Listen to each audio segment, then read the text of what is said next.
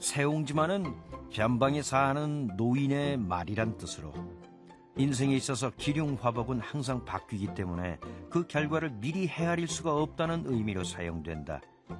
인간만사 세옹지마, 세옹득실, 세옹화복도 다 같은 의미인데 그 유래는 회남자의 인간훈에서 찾을 수 있다. 북방 국경 근방에 점을 잘 치는 노인이 아들과 함께 살고 있었다. 그런데 어느 날 그가 기르는 말 한 마리가 아무런 까닭도 없이 도망치더니 오랑캐들이 사는 국경 너머로 가버리고 말았다.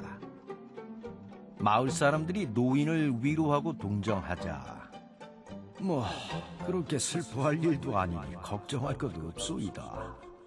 또 누가 알겠소? 이게 또 무슨 복이 될는지. 이러면서 조금도 낙심하지 않았다. 그런데 그로부터 얼마 후 믿을 수 없는 일이 일어났으니 국경으로 달아났던 노인의 말이 오랑캐의 명마 한 피를 데리고 집으로 무사히 돌아온 것이 아닌가. 마을 사람들이 공짜로 명마를 얻었다고 축하하자 노인은 껄껄 웃으면서 말했다. 그렇게 좋아할 일도 아니라오. 이게 또 무슨 화로 변할지 그 누가 알겠소. 명마를 얻게 돼서 가장 기뻐한 사람은 다름 아닌 노인의 아들. 어릴 때부터 워낙 말타기를 좋아했던 터라 당장 말을 타고 나서는데 그러나 그만 말에서 떨어져 다리가 크게 부러지고 말았다. 아이고, 딱해서 이를 어쩌나. 한창 나이에 다리를 못 쓰게 됐으니 불쌍해서 이를 어쩌면 좋아요. 마음이야 아프지만 그렇게 낙담할 것도 아니라오. 이것이 또 혹시 복이 될는지 누가 알겠소. 그로부터 1년이 지난 후 오랑캐들이 쳐들어와서 전쟁이 났는데 장정들은 모두 싸움터에 나가 전사했지만 다리를 못 쓰게 된 노인의 아들만은 전쟁에 나가지 않아 살아남을 수 있었다. 이렇게 인생은 화가 복이 되고 다시 복이 화를 부르니 크게 기뻐할 것도 크게 슬퍼할 일도 없는 것. 그리하여 원나라 때의 승려 희회기는 이렇게 노래했다. 인간 만사는 세옹의 말과 같으니 추침헌 가운데서 빗소리를 들으며 누워있네.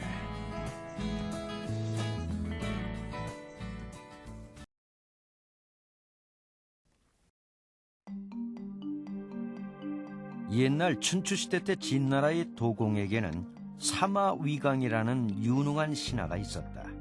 그는 법을 집행할 때 아주 엄격하고 공정하게 하는 것으로 유명했는데 어느 날 도공의 동생인 양간이 군법을 어기자 사마위강은 양간 대신에 그의 마부를 잡아들여 목을 베어버렸다. 이 사실을 안 양간이 형 도공에게 호소하기를, 지금 사마위광은 눈에 뵈는 것이 없나 봅니다. 신하 주제에 어찌 감히 제 마부를 처형한단 말입니까? 사마위광은 지금 우리 왕실을 욕보이고 있습니다. 화가 난 도공은 당장 사마위광을 잡아들이라고 불호령을 내리는데 이때 곁에 있던 양설이라는 신하가 조심스레 사마위광을 변호하기를, 폐하, 위광은 충신 중에 충신으로 그가 그런 일을 했다면 반드시 어떤 연유가 있었을 것입니다. 결국 자세한 내막을 알게 된 도공은 그 후로 위광을 더욱 신임하게 됐다. 당시 중국에는 100여 개의 크고 작은 나라가 있었는데 진나라 주위에만도 위나라, 제나라, 정나라 등 10여 개의 나라가 있어 항시 긴장감이 맴돌고 있었다.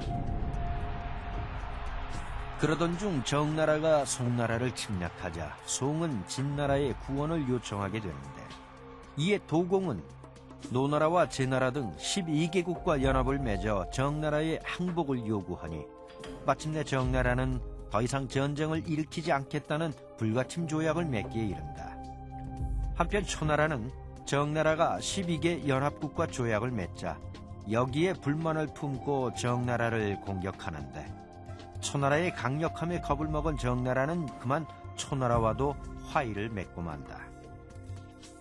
이런 정나라의 우유부단한 태도에 화가 난 연합국들은 다시 정나라를 공격해 그 숨통을 조이는데, 하지만 이때에도 정나라는 도공의 주선으로 다시 한번 위기에서 벗어날 수 있었으니, 이렇게 진나라의 도움으로 평화를 되찾게 된 정나라는 도공에게 감사의 뜻으로 값진 보물과 궁녀를 선물로 보내왔고, 도공은 이것을 다시 사마위강에게 하사하려고 했다. 하지만 사마위강은 이를 거절하면서 이렇게 말했다. 전하, 평화로울 때 위기를 생각하십시오. 위기를 생각하면 항상 준비를 하게 되며, 충분한 준비가 되어 있으면 근심 걱정이 사라지게 될 것입니다. 이런 유비무환의 정신으로 재무장한 도공은 사마위강의 도움을 얻어 마침내 천하통일의 폐업을 이루게 됐다.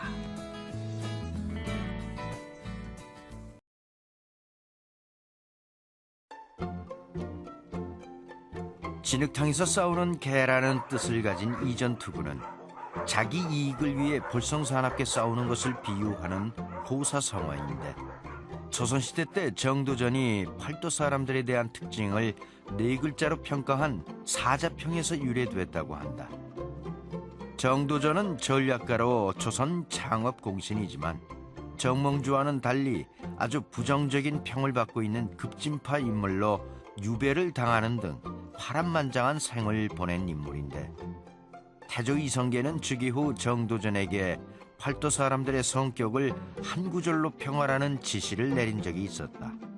이에 대해 정도전은 경기도 사람들은 거울에 비친 미인과 같다는 뜻의 경중미인, 충청도 사람들은 맑은 바람과 밝은 달빛 같은 품성을 지녔다는 뜻을 지닌 청풍명월, 전라도 사람들은 바람에 하늘거리는 가는 버드나무와 같다는 뜻의 풍전세리유, 경상도 사람들은 소나무와 대나무 같은 곧은 절개가 특징이란 뜻의 송죽대절로 표현했으며, 강원도 사람들은 바위 아래 늙은 부처와 같은 품성을 지녔다는 뜻인 암하노불, 광해도 사람들의 특징은 봄물결에 돌을 던진 것과 같다는 뜻의 춘파투석, 평안도 사람들은 산속에 사는 사나운 호랑이와 같다는 뜻의 산림맹호, 마지막으로 함경도 사람들은 진흙탕에서 싸우는 개처럼 악착 같다는 뜻을 지닌 이전투구로 표현했던 것이다. 그런데 이 말을 들은 태조가 이내 얼굴이 벌겋게 달아오르며 불쾌해했으니 이유인즉 태조 그 역시 함경도 출신이었기 때문이었다. 이에 정도전이 곧 말을 고쳐 답하기를, 아닙니다. 그게 아니라 함경도는 돌밭을 가는 소처럼 우직한 품성을 지니고 있기에 석전경우라 부르기도 하옵니다. 정도전은 발빠른 임기응변 덕에 무사히 위기를 넘기고 오히려 후한 상을 받았다고 전해지는데, 이처럼 이전투구는 원래는 함경도 사람의 강인하고 악착스러운 성격을 특징짓는 말로 사용됐지만, 오늘날에는 자기의 이익을 위해서라면 마치 진흙탕에서 싸우는 개들처럼 볼성사납게 다투는 명분 없는 싸움이나 모습을 비유하는 말로 흔히 쓰이고 있다.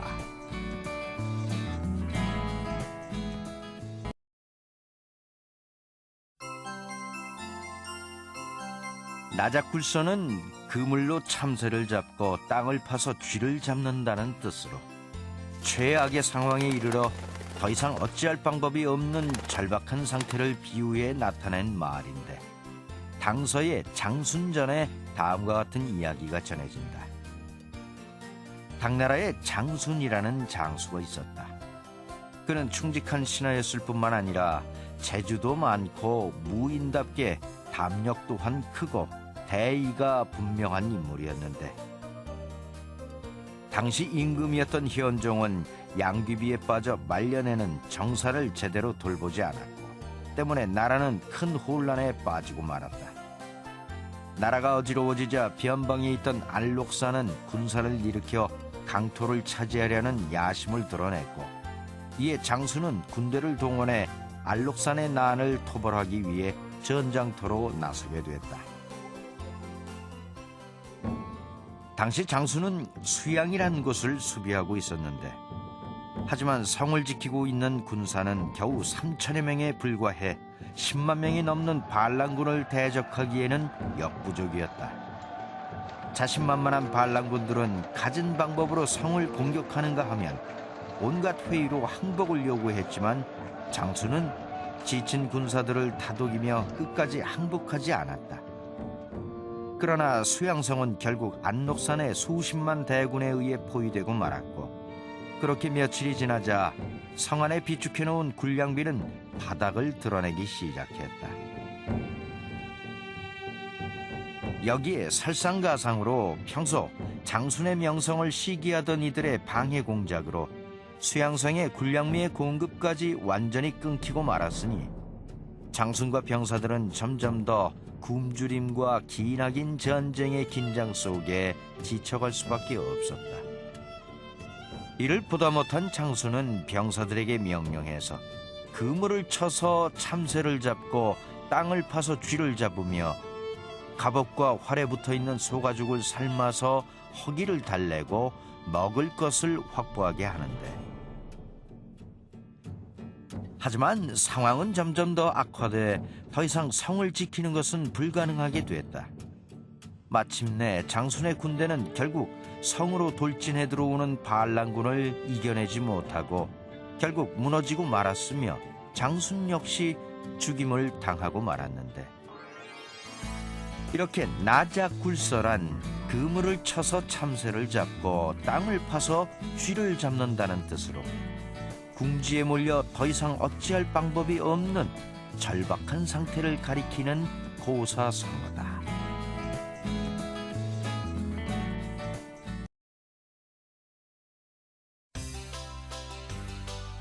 계획한 일이 실패로 돌아가거나 기대에 어긋나 매우 딱하게 됨을 의미하는 낭패라는 말은 사실은 산해경, 후한서, 이고전 등에 등장하는 전설상의 동물 이름이다. 낭과 패는 모두 이리에 속하는 동물로 낭이란 놈은 태어날 때부터 뒷다리가 아주 짧거나 없어서 혼자 서 있기가 어렵고 패라는 놈은 태어날 때부터 앞다리가 아주 짧거나 없어서 혼자서는 걸어 다닐 수가 없어 이 둘은 반드시 함께 행동해야만 했다. 또한 낭은 성질이 포악하고 용감하나 지혜가 부족하고 패는 성질이 유순하고 우유부단하지만 지혜가 뛰어나 두 동물은 서로 도우면서 살아갈 수밖에 없었으니 만약 어느 한쪽이 문제를 일으켜 균형이 깨지게 되면 둘 다 아주 큰 어려움에 처할 수밖에 없었던 것이다. 여기서 생긴 고사성어가 바로 낭패불감인데 이것은 진나라의 정치가였던 이밀이 쓴 진정표에 등장한다. 이밀은 일찍이 부모를 여의고 조모스라에서 자라나 촉환의 관리가 된 인물인데 이후 삼국을 통일한 진나라의 황제 사마염은 이밀을 태자세마로 초청하려 했으나 번번이 거절당하곤 했다. 그럼에도 불구하고 사마염은 포기하지 않고 거듭해서 이밀에게 초청의 뜻을 멈추지 않았는데 이에 이밀은 더 이상 거절하는 것도 예의가 아니라고 생각해 자신의 처지를 글로 써서 올렸으니 그 일부를 소개하면 다음과 같다. 저는 태어난 지 6개월 만에 자애로운 부친을 여의었고 4살 때 어머니는 외삼촌의 권유로 개가를 했습니다. 저는 다른 형제도 없고 큰아버지나 작은아버지도 없어 의지할 데 없이 매우 쓸쓸하였으나 그런 저를 할머니께서 불쌍히 여겨 직접 길러주셨지요. 만일 어렸을 때 할머니가 안 계셨다면 오늘날의 저는 없었을 것입니다.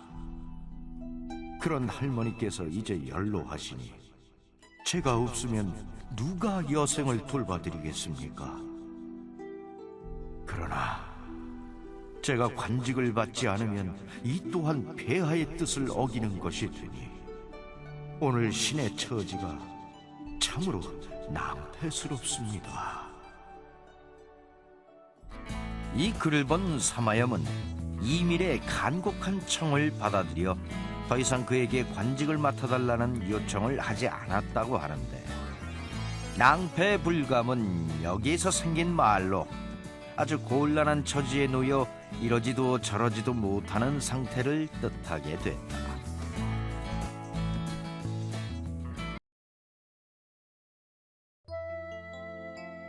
춘추시대 초나라의 투자문은 야고씨의 후예였다. 전설에 의하면 그는 태어난 직후 들에 버려졌고 이를 호랑이가 주워다 길렀다고 하는데, 나중에 아이를 발견한 사람이 이 아이에게는 복이 있다며 데려갔다고 한다. 투자문은 후에 초나라의 재상이 됐는데, 사람 됨됨이가 공정할 뿐만 아니라 법 집행도 공명정대해서 신임이 매우 두터웠다. 한 번은 그의 친척이 법을 어긴 일이 있었는데, 담당 관원이 투자문의 체면을 생각해서 그를 석방해 준 일이 있었다. 그 사실을 안 투자문은 법 집행자가 법을 무시하고 죄인을 석방하는 것은 절대 있을 수 없는 일이라며 결국 자신의 친척을 법에 따라 처벌했다고 하는데, 이 이야기를 들은 초나라 상왕은 그의 집을 직접 찾아가 경의를 표했으며 백성들도 한 가지로 입을 모아 투자문을 높이 칭송했다. 한편 투자문에게는 자량이라는 아우가 있었는데, 어느 날 자량의 아들인 월초를 본 투자문이 심각하게 이르기를, 이 아이는 아주 해롭고 위험한 기운을 타고났다. 곰과 범의 형상을 하고 울음소리는 승냥이와 이리의 소리를 내네. 이 아이를 그대로 두면 우리 가문에 큰 화를 가져오고 말 것이야. 즉시 아이를 없애라. 옛말에 이리 새끼는 마음이 들판에가 있다고 하지 않더냐. 이 아이는 이리인데 어떻게 기를 수 있겠느냐. 하지만 자량은 친자식을 차마 죽일 수 없어서 형의 말을 듣지 않았고, 이를 불길하게 여긴 투자문은 임종이 이르자 월초가 권력을 장악하거든 모두 멀리 도망치라는 유언을 가족들에게 남기고 숨을 거뒀다. 투자문이 죽은 뒤에 아들 반이 재상이 되고 월초는 병부상서가 됐는데, 기원전 626년에 초나라의 상신이 부왕인 성왕을 시해하고 모광에 오르자 월초는 이 기회에 재상 자리를 뺏으려고 왕에게 반을 중상모략해서 억울한 죽음을 당하게 하고, 대신 자신이 재상 자리에 올라 이후 20년간 재상으로 있으면서 큰 권력을 누렸다. 허나 월초의 야심은 여기서 끝나지 않고 모광에 이어 즉위한 장왕에 대항해 모반을 꾀하지만, 이를 괘씸히 여긴 장왕은 월초는 물론 야고씨 일족을 몰살시켜버리고 말았다. 이렇게 투자문이 예언한 대로 야고씨 가문은 월초의 낭자 야심으로 인해 일종 몰살이라는 엄청난 화를 당할 수밖에 없었으니, 결국 낭자 야심이란 이리 새끼는 사람이 길들이려고 해도 본래의 야성 때문에 좀처럼 길들여지지 않듯이 흉폭한 사람이나 신의가 없는 사람은 쉽게 교화시킬 수 없다는 뜻을 담고 있다.